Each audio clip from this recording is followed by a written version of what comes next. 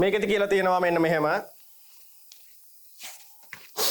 මෙතන කියනවා භ්‍රමණය වන රෝධයක් නැවැත්වීම සඳහා භාවිතා කළ හැකි ද්‍රාව තිරිංගක හරිද ද්‍රාව රෝධක තිරිංගක පද්ධතියක් රූපයේ පෙන්වා ඇත. B රෝධක පද්ධතියකට මෙතනදී පාදයකට හරිද පාදයකට පැටලය හරිද ලම්බකව F බලයක් යොදනු ලැබේ.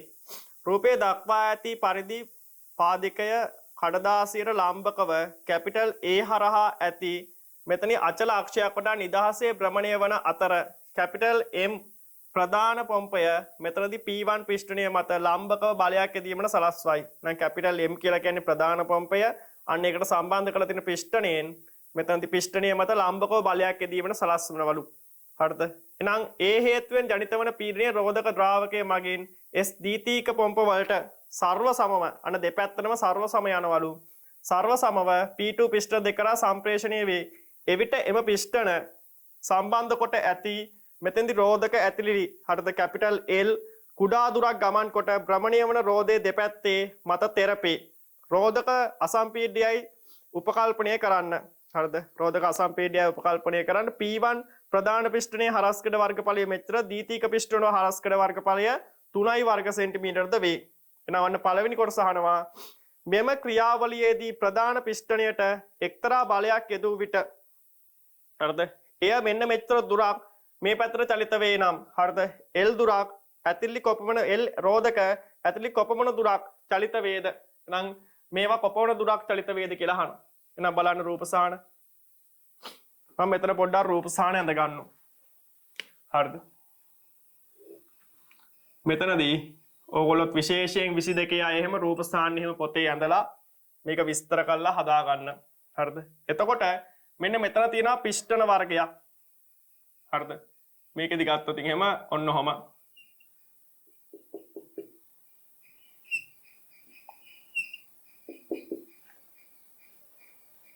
පිළිවෙලට වැඩ කරන්න. මම මේ පිළිවෙල කියලා කියන්නේ අත් අකුරු අතිශය ලක්ෂණ වීමක් ගැන නෙවෙයි. හොඳ පිළිවෙල කියලා කියන්නේ තමන් මේ කරපු වැඩ තමන්ට ලේසියෙන් ආයි හොයාගන්න පුළුවන් වෙන්න ඕන. තමන්ට අවශ්‍ය වෙලාවට ලේසියෙන් හොයාගන්න පුළුවන් වෙන්න ඕන. හරිද? එතකොට අපි මෙන්න මෙහෙම ගමු මේක පිස්ටනයකට සම්බන්ධ කරලා තියෙන්නේ කියලා.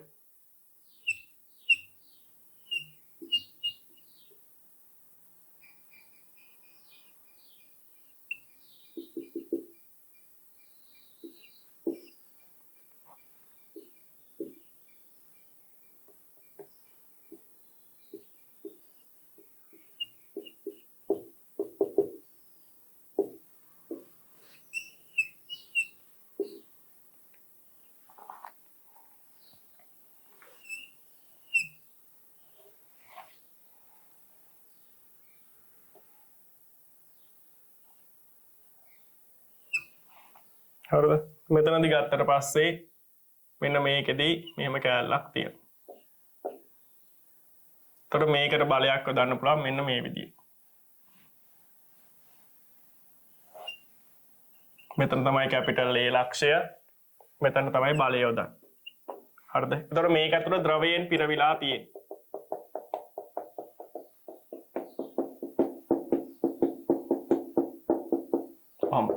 එහෙනම් බලන්න දැන් මේකෙදි ගත්තොත් එහෙම මෙන්න මේ පිස්ටනය මත බලයක් යොදලා මෙයා අපි හිතමු දැන් ගමන් කරලා තියෙනවා කොච්චර දුරක්ද? මෙයා ගමන් කරලා තියෙනවා 0.6 මිලිමීටර් දුරක්. 0.6 සෙන්ටිමීටර් දුරක්. 0.6 සෙන්ටිමීටර් දුරක්. එහෙනම් මෙන්න මේ පිස්ටනය ඒකින්ද අපි ගමන් කරනවා කියලා ගමු. දැන් මොකද වෙන්නේ? මෙතනින් කිසියම් තරල පරිමාවක් ඉස්සරහට ආවා. එහෙනම් මොකද වෙන්න ඕනේ? මෙතනින් ඉස්සරහට ගිය තරල පරිමාවයි මෙතනින් මේක මෙහෙට ආව තරල පරිමාවට ඒක සමාන වෙන්න ඕන. එහෙනම් මේක අපි හිතමු මෙතන තිබුණේ මෙතන තිබිලා මෙතනට ගියා x දුරක්. මේක මෙතන තිබුණේ එතනින් නම් මේක මෙතනට ආව x දුරක්. එහෙනම් මෙන්න මෙතනින් මෙහෙට ආව පරිමාව මෙන්න මේ පරිමාවන් දෙකට සමාන වෙන්න ඕන. එහෙනම් පළවෙනි කොටස එන්න ඕන මොකද්ද? පළවෙනි කොටස එන්න ඕන මෙතනදී පළවෙනි කොටස එන්න ඕන මෙයාගේ P1 පිස්ටනය එහෙනම් 1 වර්ග සෙන්ටිමීටර් ගුණ කිරීම 0.6යි ඊට පස්සේ මෙතනදී ඊළඟට මේක සෙන්ටිමීටර් 0.6යි සෙන්ටිමීටර් ඊට පස්සේ මේක මෙතනදී ගත්තට පස්සේ 3යි වර්ග සෙන්ටිමීටර් මේක ගුණ කිරීම මෙතනදී කීයද x කියන එක. එහෙනම් ඒ වගේ කී දෙනෙක් ඉන්නවද? ඒ වගේ දෙන්නෙක් හිටියා. ඒ වගේ දෙන්නෙක් හිටියා. මෙතනින් ඉස්සරහට ගිය පරිමාව මේ තැන් දෙකෙන් ඉස්සරහට ගිය පරිමා දෙකේ එකතුවට සමානයි. දෙන්න සර්ව සම හින්දා මේ පැත්තේ x උයි මේ පැත්තේ x උයි කියලා දෙකම ගත්තා. එහෙනම් ඉතින් මේක වර්ග සෙන්ටිමීටර කපලා දැම්මට පස්සේ 0.6 සමානයි 6යි x කියලා එනවා. එහෙනම් x සමානයි 0.1 සෙන්ටිමීටර. 0.1 සෙන්ටිමීටර. එහෙනම් අන්නේ උත්තරේ ගන්න පුළුවන්. හරිද?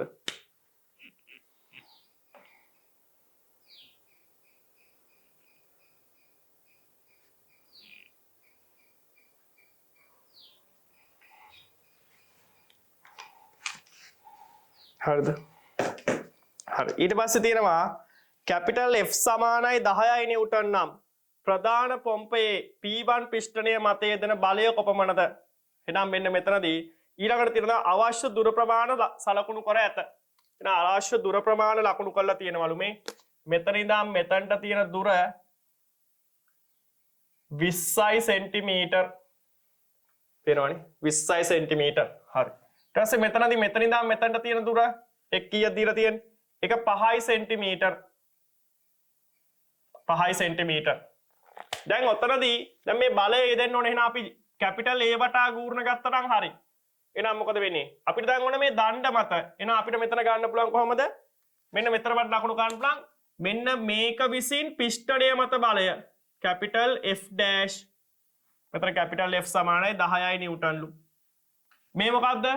පිෂ්ඨ මේ මෙතනදී මේ දණ්ඩ විසින් පිෂ්ඨණිය මත බලය. එහෙනම් පිෂ්ඨණිය විසින් දණ්ඩ මත බලය. පිෂ්ඨණිය විසින් දණ්ඩ මත බලය කැපිටල් F අනිත් පැත්තට. එහෙනම් මෙන්න මේක තමයි දණ්ඩ මත බලය. හොඳට තේරුම් ගන්න. මේකේ යොදන්නේ පිෂ්ඨණිය මේ දණ්ඩ විසින් පිෂ්ඨණිය මත බලයක් යොදනවා. ඒකින් හින්දා තමයි පිෂ්ඨණිය ඉස්සරහට යන්නේ. එහෙනම් මේකත් F ඩෑෂ් වෙන්න ඕන. එතකොට පිෂ්ඨණිය විසින් දණ්ඩ මත යොදනවා නිව්ටන්ගේ තුන්වන නියමයට අදාළ බලයක්. එතකොට ඒක මේ පැත්තට. එහෙනම් මෙතනදී මොකද වෙන්නේ? කැපිටල් A වටා ගූර්ණ ගැනීමෙන් අපි සෙන්ටිමීටර් වලින්ම ආදේශ කරමු ප්‍රශ්නයක් නැහැ. අර SI එකක වලින් ආදේශ SI එකක වලින් නෙවෙයි ආදේශ කරන්නේ හින්දා අපි ආදේශ කරන ඒවට ඒකකත් ලියමු. එහෙනම් A වටා ගූර්ණ ගත්තොතින් කැපිටල් F වැඩි කිරීම 20යි සෙන්ටිමීටර් ඍණ කැපිටල් F ඩෑෂ් වැඩි කිරීම 5යි සෙන්ටිමීටර් සමානයි 0යි. වෙන මොකුත් නැහැනේ. එහෙනම් මෙතනදී F කියන්නේ 10 වැඩි කිරීම 20 ඍණ ද සමානයි F ඩෑෂ් වැඩි කිරීම 5 කියලා. එහෙනම් මේකට මේ කපල යනවා 4යි. එහෙනම් F ඩෑෂ් සමානයි 40යි නිව්ටන්. 40යි නිව්ටන්. 40යි නිව්ටන්. පැහැදිලිද? එහෙනම් අන්න ඒකේ මේ කතා කරේ මොකද්ද? දෙවෙනි කොටසේ සිම්පල් A. දෙවෙනි කොටසේ සිම්පල් A. දෙවෙනි කොටසේ සිම්පල් A. ඊට පස්සේ B සිම්පල් B කියනවා P1 පිස්ටනය මගින් රෝධක ද්‍රවය මත ඇති කරන පීඩනය පැස්කල් වලින් සොයන්න. එහෙනම් මොකද්ද? මෙතනදී පීඩනය සමානයි මෙතනදී බලය මොකද්ද වඩාත්ම හොඳ? ලම්බක බලය කියලා ලියනවා නම්. ලම්බක බලය බෙදීම වර්ගඵලය. එහෙනම් මෙතනදී පීඩනය මෙතනදී පිස්ටනය මේක මත යෙදෙන පීඩනය පැස්කල් වලින් සොයන්න. එහෙනම් P1 සමානයි මොකක්ද දෙන්නේ? ලම්බක බලය 40යි වර්ගඵලය කොච්චරද මේක කිව්වේ? 1 වර්ග සෙන්ටිමීටර්. එහෙනම් 1 වර්ග සෙන්ටිමීටර් මීටර් කරන්න ඕන. එතකොට මේ 1 වර්ග සෙන්ටිමීටර් සමහර ළමයෙක් පටලවා ගන්න පුළුවන් මීටර් කරද්දී මේ C කියන්නේ 10 ඍණ 2 මේ වර්ග ලකුණ මේ උපසර්ග පදයටත් අයිති. මේ වර්ග ලකුණ උපසර්ග පදයටත් අයිති. ඒකින්ද 1 වැඩි කිරීම 10 ඍණ 2 වර්ගය वर्ग मीटर කොහොමයි එන්නේ? එහෙනම් ඒ කියන්නේ 1 වර්ග සෙන්ටිමීටර් සමාන වෙන්නේ 1 වැඩි කිරීම 10 ඍණ 4යි වර්ග මීටර. එහෙනම් මෙතනට ආදේශ කරනවා 1 වැඩි කිරීම 10 ඍණ 4යි වර්ග මීටර. එහෙනම් මේක නිව්ටන්. එහෙනම් මෙතනදී 4 වැඩි කිරීම 10 5යි පැස්කල් කියලායි එන්නේ. කෙලින්ම නිව්ටන් වර්ග මීටරයට පැස්කල් වලට සමානයි. හරි. ඊට පස්සේ බලන්න මේකෙදී C කොටස අහනවා P2 දීතික පිෂ්ඨණය මත ඇතිවන පීඩනය නිසා රෝධක ඇතුළි මත ඇතිවන බලය සොයන්න. එහෙනම් මොකද වෙන්නේ? අපිට කියන්න පුළුවන් පීඩන සම්ප්‍රේෂණය පිළිබඳ පැස්කල් මූලධර්මයට අනුව මොකද්ද? ද්‍රවයක් මත මොකද වෙන්නේ? ද්‍රවයක් මත පීඩනයක් වැඩි කරාට පස්සේ පීඩනයේ සිදුවන වෙනස් වීමක් ද්‍රවයේ සෑම තැනකටමත් බඳුනේ බිත්ති මතත් මොකද වෙන්නේ? සමාන ප්‍රමාණ වලින් පැතිරෙනවා. එහෙනම් මෙතන මේ ඇති කරන පීඩනය මේ ද්‍රවයේ සෑම තැනකම වැඩි වෙනවා. මේ ද්‍රවයේ සෑම තැනකම වැඩි වෙනවා. නේද? ඒක තමයි පීඩන සම්ප්‍රේෂණ මූලධර්මය. පීඩන සම්ප්‍රේෂණ මූලධර්මය. හරිද? එහෙනම් මෙතනදී මොකද වෙන්නේ? මේකදී ගත්තොත් එහෙම පීඩන සම්ප්‍රේෂණ මූලධර්මයට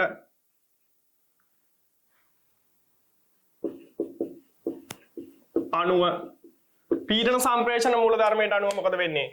මෙන්න මේක තුල පීඩනය වැඩි වෙච්ච ප්‍රමාණය මේකට සමානයි. එහෙනම් මෙතනදී ගන්න පුළුවන් අපිට මෙතනදී පීඩන වැඩිවීම සමානයි මොකද්ද? අමතර බලය බෙදීම වර්ගඵලය. එතනත් පීඩනයක් තිබුණා. පීඩනය වැඩි වෙච්ච එක තමයි හේතු වෙන්නේ අමතර බලයට. එහෙනම් පීඩනය වැඩි වෙච්ච ප්‍රමාණය මෙන්න මෙච්චර. එහෙනම් 4 වැඩි කිරීම 10 5. එහෙනම් අමතර බලය අපි ගමු F2 කියලා. අමතර බලය අපි ගමු F2 කියලා. එහෙනම් වර්ගඵලය මෙයාගේ වර්ගඵලය 3යි වර්ග සෙන්ටිමීටර කියලා කිව්වා. එහෙනම් 3 වැඩි කිරීම 10 මෙතනදී ඍණ 4යි. 10 ඍණ 4යි. එහෙනම් මෙතනින් සුළු කරලා ගන්න පුළුවන් F2 සමානයි 4 වැඩි කිරීම 10 5 ගුණ කිරීම 3 වැඩි කිරීම 10 ඍණ 4. එහෙනම් 10ක් ඉතුරු. එහෙනම් F2 සමානයි 120යි නිව්ටන්. බලන්න අපි මේක නිකම්ම යදුවනම් 10යි නිව්ටන් තමයි යොදන්න වෙන්නේ. ඒ 10යි නිව්ටන් එක සිලින්ඩරයක් විතරක් පාවිච්චි කළා යදුවනම් කීයක්ද යොදන්න වෙන්නේ? 40යි. ඒක එහෙනම් මේ විදියට ක්‍රමයක් පාවිච්චි කරාම මේ දෙපැත්තෙන්ම ඇති වෙනවා. හොඳට මතක තියාගන්න දෙපැත්තෙන්ම 120 ගාණේ ඇති වෙනවා. දෙපැත්තෙන්ම 120 ගාණේ ඇති වෙනවා. අන්න ඒ විදිහට බලය විශාල ප්‍රමාණයකින් වැඩි කරගන්න පුළුවන් මේ ක්‍රමවේදය පාවිච්චි කරලා. තේරුණාද? හරි. ඊට පස්සේ බලන්න D කොටස. පුතේ අද කලින් ඉවර වෙනවනේ. අයියෝ අපරාධනේ.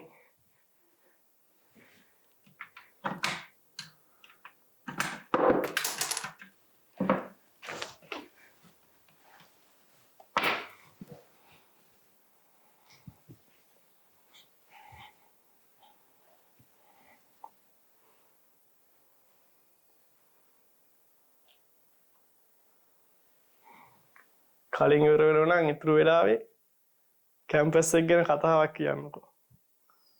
මම හිතුවා ඔක දායි කියලා.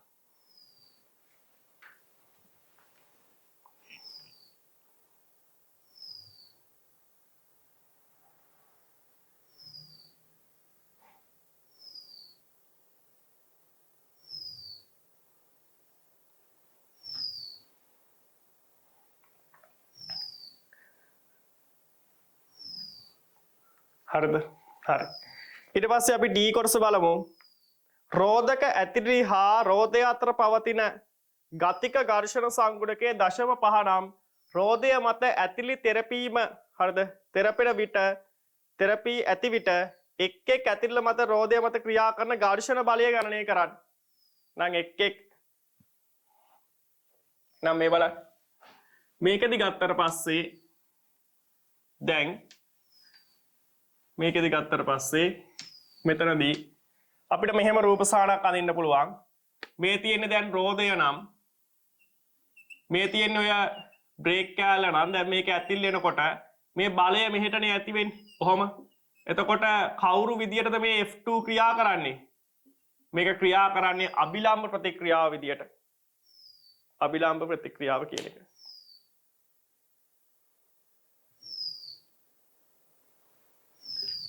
හරිද? අභිලම්බ ප්‍රතික්‍රියාවක් විදියට. එතකොට මේ පැත්තෙනොත් ඇති වෙනවා. එතකොට මේකෙදී කොහොම මේක දක්වලා පොඩ්ඩක් මදි හින්දා මම මෙන්න මෙහෙම දක්වන්නම්. මේක රෝධය අපි පොඩ්ඩක් පැත්තට හරවලා වගේ ඇඳගත්තොත්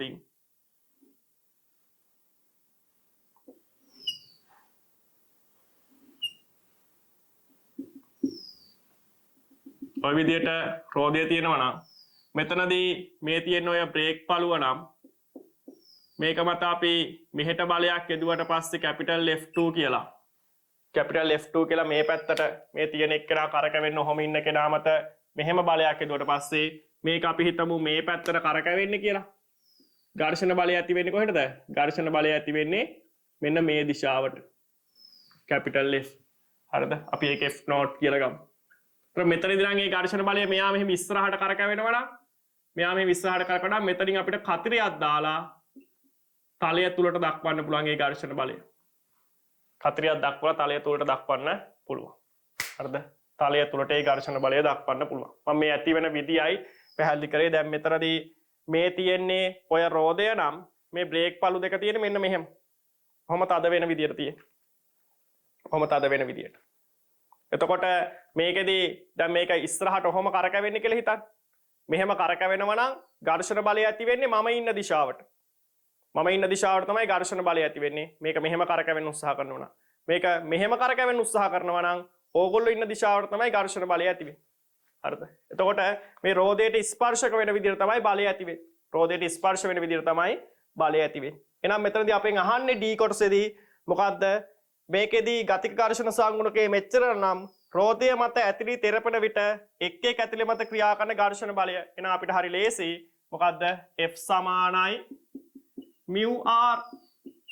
එහෙනම් මෙතනදී F0 සමානයි mu r යක් කැපිටල් F2. මෙතන අභිලම්බ ප්‍රතික්‍රියාව විදිහට ක්‍රියා කරන්නේ කවුද? මේ F2 කියන බලය. F2 කියන බලය. හරිනේ? මේ මෙතනදී මෙයාගේ තිරස් සමතුලිතතාව සලකන මේ පැත්තට ඇති වෙන බලය කැපිටල් R නම් ඒක සමාන වෙනවා F2ට. ඒක සමාන වෙනවා F2ට. හරිද? ඔච්චර ඉතින් ඔයගොල්ලෝ ගානේ මේ වැඳලා පෙන්නන්න එහෙම අවශ්‍ය වෙන්නේ නැහැ. හරිද? මේ තියෙන්නේ මේක නම් මෙයා මත මෙහෙට F2 කියලා බලයක් යදුවාම මෙතනදී එයා මත ඇති වෙන බලය. එයා මත ඇති වෙන බලය කාටද? කැපිටල් R සමාන වෙනවා F2ට. හරිද? එහෙනම් මෙතනදී අපිට දාන්න පුළුවන් 0.5 වැඩි කිරීම 120.5 කියන්නේ භාගය.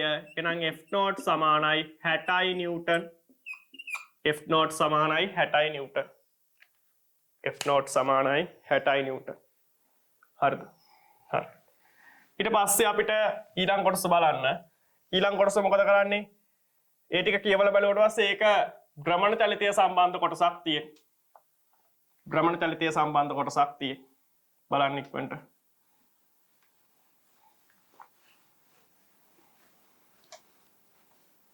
එතකොට ලබන සතියේදී 2008 ප්‍රශ්නයයි 2009 ප්‍රශ්නයයි සාකච්ඡා කරමු. 2008 ප්‍රශ්නය හා 2009 ප්‍රශ්නය. හරිද? හරි. එතන මෙතන දෙනවා රෝධක යෙදීමට පෙර රෝධයේ මිනිත්තුවට පරිභ්‍රමණ. මං ගිය සතියේ 2005 ගැටලුවේදී විස්තරාත්මකව පැහැදිලි කරා මොනව කරන විදියද මේ ඒකකය පරිවර්තනය කරගන්න විදිය. ඒක ප්‍රශ්නයක් තියෙන කෙනෙක් ඉන්නවා නම් ඒ වීඩියෝ එක බලන්න. හරිද? එහෙනම් මෙතනදී කෙලින්ම දානවා ඔමෙගා අපිට අවශ්‍ය තත්ත්වයට හදා ගන්න 2πf කියන එක. එහෙනම් ඔමෙගා සමානයි 2πf කියලා කියන්නේ කීයද? F කියලා කියන්නේ තප්පරයට වට. තප්පරයට වට. එහෙනම් මෙතන දීලා තියෙන්නේ මොනවද? මිනිත්තුවට වට. මිනිත්තුවකට පරිභ්‍රමණ. එහෙනම් මෙතනදී 600 බෙදනවා 60න්. 600 බෙදනවා 60න්. එහෙනම් මෙතනදී ගත්තට පස්සේ මෙතනට 10යි මෙතනට 1යි. එහෙනම් මෙතනදී ඔමෙගා සමානයි 20යි phi rad s ඍණ 1. 20යි phi rad s ඍණ 1. හරිද? ඔන්න කෝණික වේගය. හරිද? ඒක අපිට ගාන ඉස්සරහට ඕන වෙන හින්දායි හදාගත්තේ. හරිද? එහෙනම් මෙතනදී මෙච්චර වෙනවලු. එහෙනම් රෝදයේ භ්‍රමණාක්ෂයේ සිට ඝර්ෂණ බලයේ ක්‍රියා රේඛාවට ඇති දුර 5 සෙන්ටිමීටර් නම්. හරිද? F සමානයි 10යි නිව්ටන් ආකාරයේ රෝධක මෙතනදී යෙදූ පසු රෝදය නැවැත්වීමට කොපමණ වේලාවක් ගත වේද? එහෙනම් භ්‍රමණාක්ෂය වටා රෝදයේ අවස්ථික ගූර්ණය මෙච්චරයි කියලා දීලා තිනවා. චලිතය පුරාම ඝර්ෂණ බලය නියතව පවතින්නේ උපකල්පනයකින් නිසරතාවට පැමිණීමට පෙර රෝදය කොපමණ කාලයක් මෙතනදී කොපමණ වට සංඛ්‍යාවක් කරකැවෙනවද කියලා අහනවා. එහෙනම් මේ බලන්න. මෙන්න රෝදය. මෙන්න රෝදය. එහෙනම් මෙතනදී මේ තියෙන්නේ ඔයි කියන ඔයි බ්‍රේක් කෑල්ල නම් මෙන්න කේන්ද්‍රයේ ඉඳගෙන එයාට තියෙන දුර කියලා තියෙනවා කීයක් කියලාද 5 සෙන්ටිමීටර්ලු 5 සෙන්ටිමීටර්. එහෙනම් දැන් මේක මේ පැත්තට ඔමෙගා වේගයෙන් කරකැවෙමින් තියෙනවා නම් ඝර්ෂණ බලය කොහෙටද ක්‍රියා කරන්නේ? ඝර්ෂණ බලය ක්‍රියා කරන්නේ රෝදය මත චලිත දිශාවට විරුද්ධව. චලිත දිශාවට විරුද්ධව. එහෙනම් මෙතනදී අපිට ගන්න පුළුවන් මේකේ මන්දනය අපි ඇල්ෆා කියලා ගමු. ඒතර ඇල්ෆා හෙව්වට පස්සේ අපිට ඍණාගයක් එන්න ඕන. එහෙනම් අපි මේ දිශාවට දාමු ටෝ සමානයි I ඇල්ෆා. ටෝ සමානයි I ඇල්ෆා. හරිද? එහෙනම් මෙතනදී හොඳට මතක තියාගන්න මෙයා දෙකෙන් ගුණ වෙන්න ඕන. ඇයි දෙකෙන් ගුණ වෙන්න ඕන?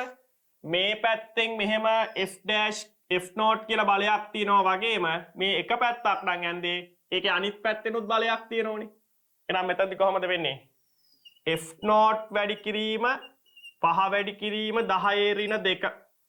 මම එහා පැත්ත සෙන්ටිමීටර කැපෙන්න කෙනෙක් නැති හින්දා සෙන්ටිමීටර මීටර කරලා ආදේශ කරා. එහෙනම් මේක කීයෙන් ගුණ වෙන්න ඕනද? මේක දෙකෙන් ගුණ වෙන්න ඕන. ඇයි මේ පැත්තෙන් මෙහෙම චලිතයට විරුද්ධව ව්‍යාවර්තයක් තියෙනවා වගේම එහා පැත්තෙනුත් තියෙනවා. ඇයි මේක මේ විදිහේ කෑලි දෙකක් තියෙනවනේ. මෙහෙමනේ තියෙන්නේ. මෙහෙම. එතකොට මම මේ F' කියලා F0 කියලා ලකුණු කරලා තියෙන්නේ මේ ඉස්සරහා තියෙන කෑල්ල හින්දා. එතකොට පිටිපස්සෙනුත් මේ විදිහේ කෑල්ලක් තියෙනවා. මේ විදිහේ කෑල්ල සර්ව සමව තියෙනවා. මේ විදිහට අපිට පේන්නේ ඔහම. එතකොට මේ ඉස්සරහා කෑල්ල විතරයි පේන්නේ. එතකොට පිටිපස්සෙනුත් ඉන්න එක්කෙනා හින්දා මේක දෙකෙන් ගුණ කරා. එතකොට මේක චලිත දිශාවට විරුද්ධවනේ මේ ව්‍යාවර්තය තියෙන්නේ. ඒකෙන් හින්දා ඍණ ලකුණක් දානවා. අපි සමීකරණයේ යොදන දිශාවට විරුද්ධයි. ඒකෙන් හින්දා ඍණ ලකුණක් දානවා. සමානයි I කියන්නේ කීයද? I කියන්නේ මෙතනදී 0.1යි. වැඩි කිරීම ඇල්ෆා. හරිද? එහෙනම් මෙතන සුළු කරගන්න පුළුවන් ඍණ 60 වැඩි කිරීම 10 වැඩි කිරීම 10 ඍණ 2 10 ඍණ 2. එහෙනම් සමානයි මෙතන 0.1. නැත්නම් අපි ඒකත් ලියමු 10 ඍණ 1. වාරයක් ඇල්ෆා. වාරයක් ඇල්ෆා. එහෙනම් මේක සුළු කරගත්තට පස්සේ අපිට ගන්න පුළුවන් 10 ඍණ කපලා කියලා ඇල්ෆා සමානයි ඍණ 60යි RAD S ඍණ 2. ඍණ 60යි RAD S ඍණ 2. හරිද? හරි. ඊට පස්සේ දැන් මේකේ කාලය හොයන්නලු. නම් කාලය හොයන්න මොකක්ද දාන්න පුළුවන්? ඔමෙගා දන්නවා, ඔමෙගා නෝට්. මේක ඔමෙගා නෝට් දන්නවා. ඊට පස්සේ අවසාන ප්‍රවේගය දන්නවා. එහෙනම් අපිට මෙතනදී කාලය හොයාගන්න අපිට පාවිච්චි කරන්න පුළුවන්. එහෙනම් මේ දිශාවට මොකක්ද දාන්නේ? ඔමෙගා සමානයි ඔමෙගා නෝට් ධන ඇල්ෆා t. Alpha t. එහෙනම් ගාන එක්තරා තැනක කියනවා මෙතන ෆයි සමානයි 3 කියලා ගන්නලු. එහෙනම් මෙතනදී ඔමෙගා නෝට් බිඳුව.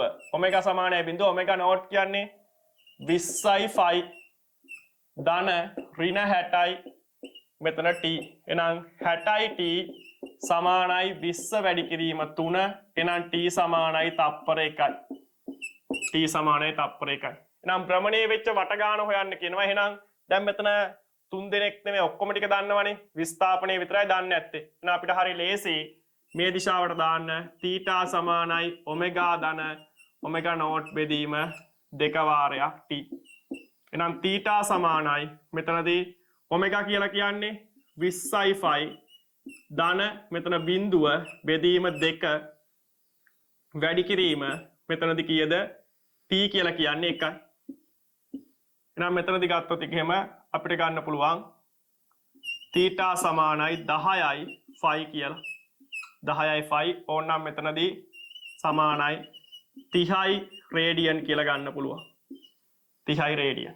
හරිද? ඊට පස්සේ අපිට ගන්න පුළුවන් වට ගණන සමානයි θ බෙදීම 2යි ෆයි. ඒ කියන්නේ 10යි ෆයි බෙදීම 2යි ෆයි. ඒ කියන්නේ වට 5යි. මෙතනදී එනම් මෙතනදී වට 5යි. ඔන්න ඔය ටික තමයි උත්තර වෙන්නේ. හරිද? මේවට අමතරව හදන්න වෙන ක්‍රම කිව්වොතින් එහෙම හදන්න වෙන ක්‍රම කිව්වොතින් මේවට අමතරව මෙතන අපිට කාලය හොයා ගන්න නම් මේ ක්‍රමය අනුගමනය කරන්නම වෙනවා. කාලය හොයා ගන්න අපිට තා එක ක්‍රමයක් තියෙනවා. මේකට අමතරව තව එක ක්‍රමයක් තියෙනවා කාලය හොයන්න. ඒ කියන්නේ ඇල්ෆාව හොයන්න නැතුව කාලය හොයන්න පුළුවන් තව විදියක් තියෙනවා. බලමු මේ විදිය. අන්න ඒ විදිය ක්‍රම දෙක තුනක් තියෙනවා. අන්න ඒවා ගැනත් හොඳට අවධානය යොමු කරන්න ඕන. එතකොට අපිට ගානකදී අපි හිර වුණාට පස්සේ අපිට විවිධ දේවල් කල්පනා කරන්න පුළුවන්. ඇල්පා හොයන්න නැතුව කාලය හොයන්න පුළුවන් ක්‍රමයක් තියෙනවා. මොකද්ද? මේ බලන්න. මෙතනදී අපි දන්නවා රේඛීය චලිතයේදී මම මෙතනින් ලියන්නම්. මේවා ලියා ගන්න. රේඛීය චලිතයේදී බලය ගුණ කිරීම කාලය සමානයි ඩෙල්ටා mv. ගම්‍යතා වෙනස බලය ගුණ කිරීම කාලයට සමාන වෙනවා. ගම්‍යතා වෙනස බලය ගුණ කිරීම කාලයට සමානයි. එහෙනම් මේක අපිට ගන්න පුළුවන් කෝණික චලිතයේදී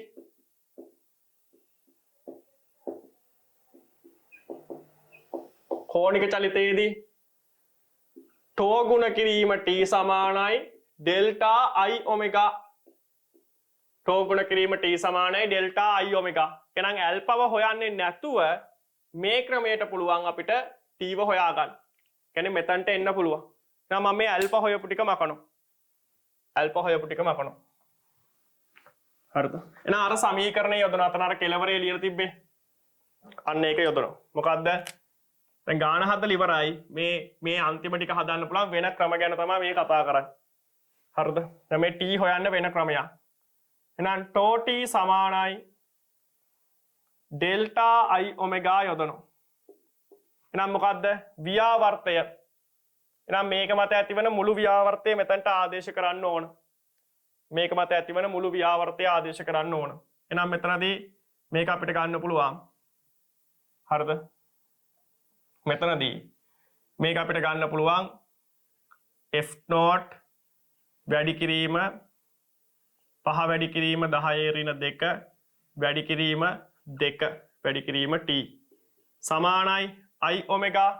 i කියන්නේ 0.1 වාරයක් ඔමෙගා ඍණ ඔමෙගා නෝට්. එහෙනම් මෙතනට කීය දෙන්නේ? මෙතනට එන්නේ 20යි කියන්නේ මෙතනට එන්නේ 60. මෙතනට එන්නේ බිඳුව.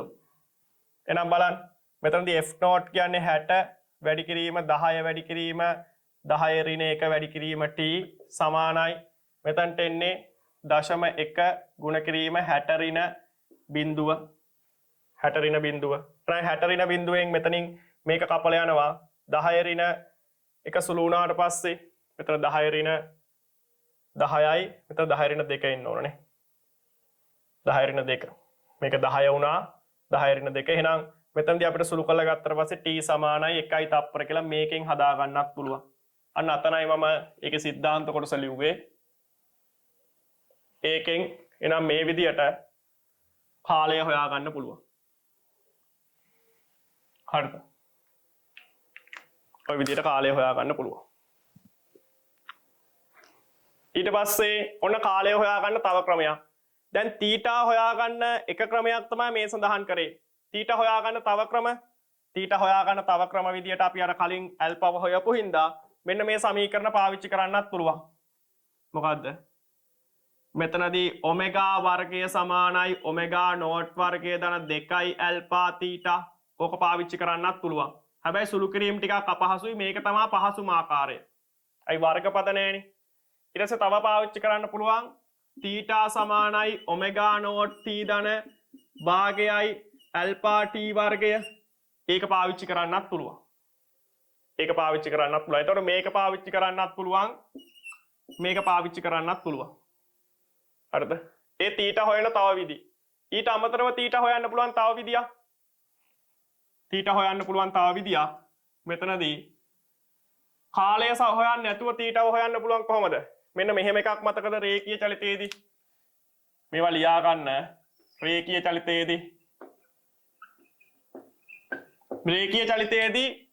බලය වැඩි කිරීම ප්‍රවේගය නෑ. බලය වැඩි කිරීම මෙතනදී විස්ථාපනය. අපිට චාලක ශක්ති හානියට යන්නේ. බලය වැඩි කිරීම ප්‍රවේගය වෙනකොට එන්නේ ක්ෂමතාවයනේ. අපිට මෙතන ගන්න පුළුවන් බලය වැඩි කිරීම විස්ථාපනය සමානයි චාලක ශක්ති හානිය. මෙතනදී ඩෙල්ටා ke චාලක ශක්ති වෙනස. එතකොට චලිත දිශාවට බලය යෙදුවනම් චාලක ශක්තිය වැඩිවීම, චලිත දිශාවට විරුද්ධව බලය යෙදුවනම් චාලක ශක්තිය අඩුවීම. now අපිට මේක ලියන්න පුළුවන්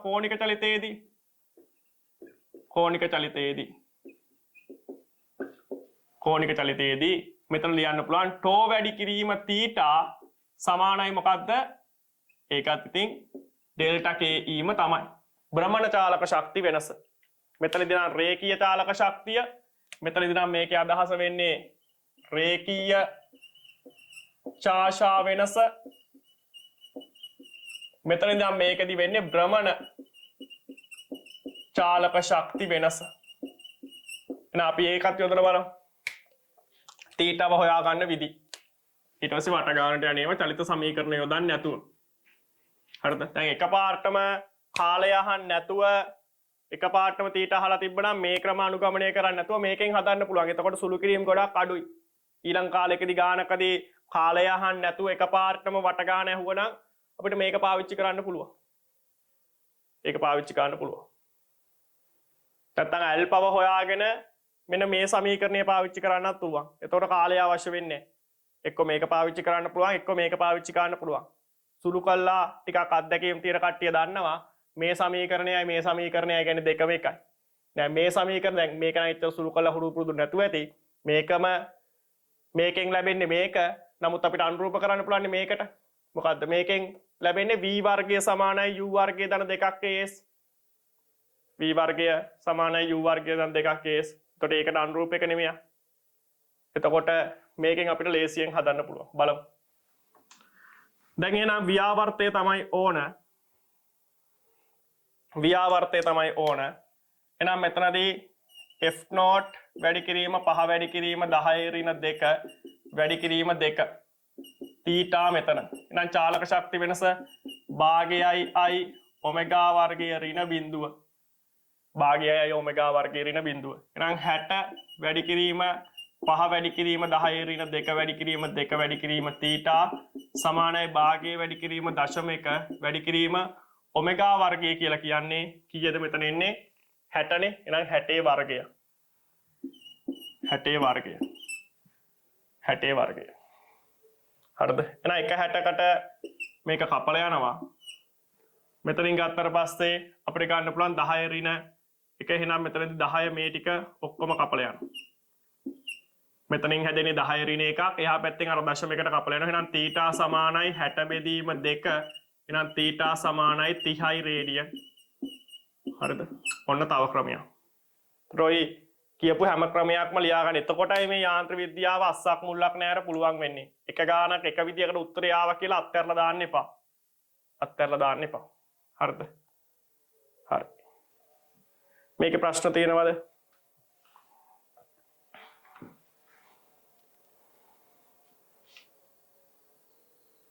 එතකොට 5 වලටත් අගය දීලා තිබ්බ හින්දා ගොඩක් පහසු වුණා. හරිද?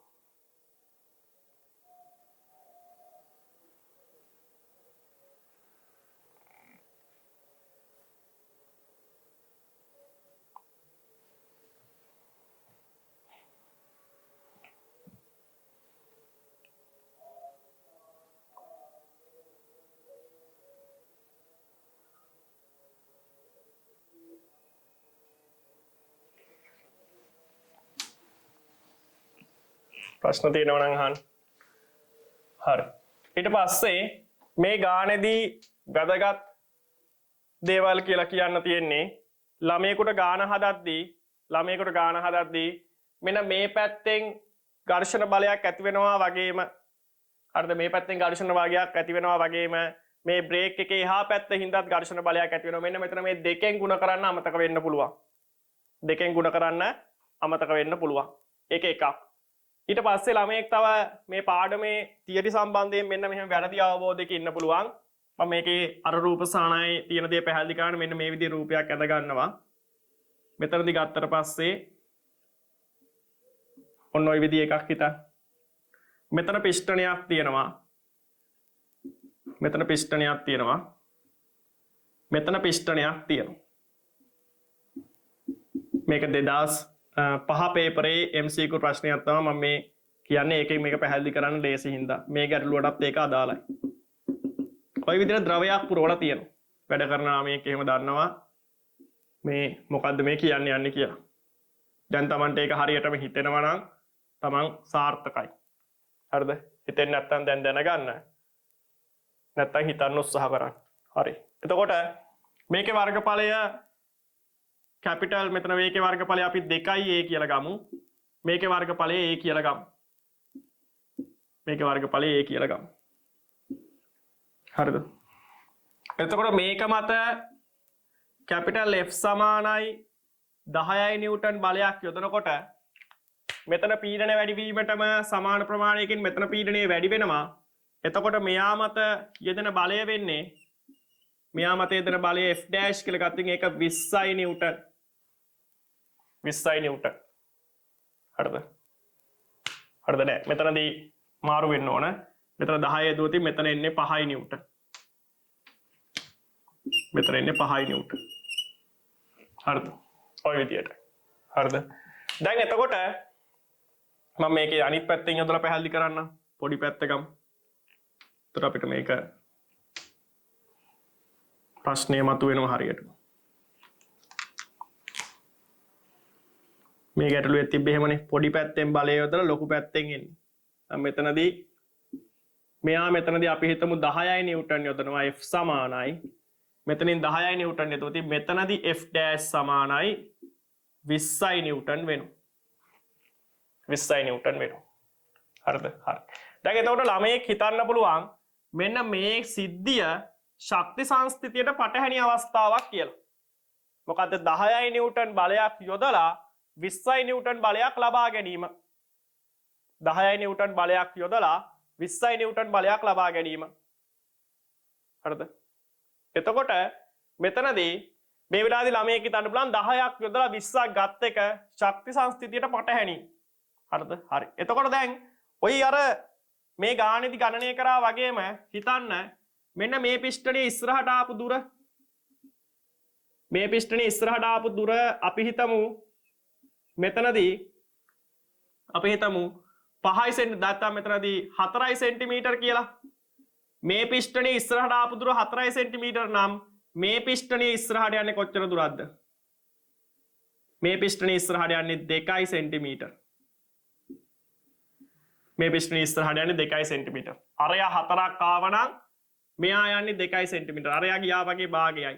අන්න එතකොට ශක්ති සංස්ථිතියට පටහැනි කියලා කෙනෙක් හිතනවා නම් අන්න ඒක දිහා බලන්න.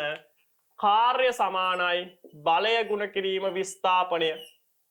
එහෙනම් මේ පැත්තේදී කාර්ය ලියන්න පුළුවන් කොහොමද? මේ පැත්තේදී කාර්ය ලියන්න පුළුවන් මොකද්ද? 10 වැඩි කිරීම 4 වැඩි කිරීම 10 ඍණ 2. මේ පැත්තේදී කරපු කාර්ය. ඒ තමයි W1. මේ පැත්තේදී කරපු කාර්ය. මේ පිස්ටනේ ඉස්සරහට තල්ලු කරද්දී කරපු කාර්ය. එහෙනම් අර පැත්තේදී උණු කාර්ය බලන්න.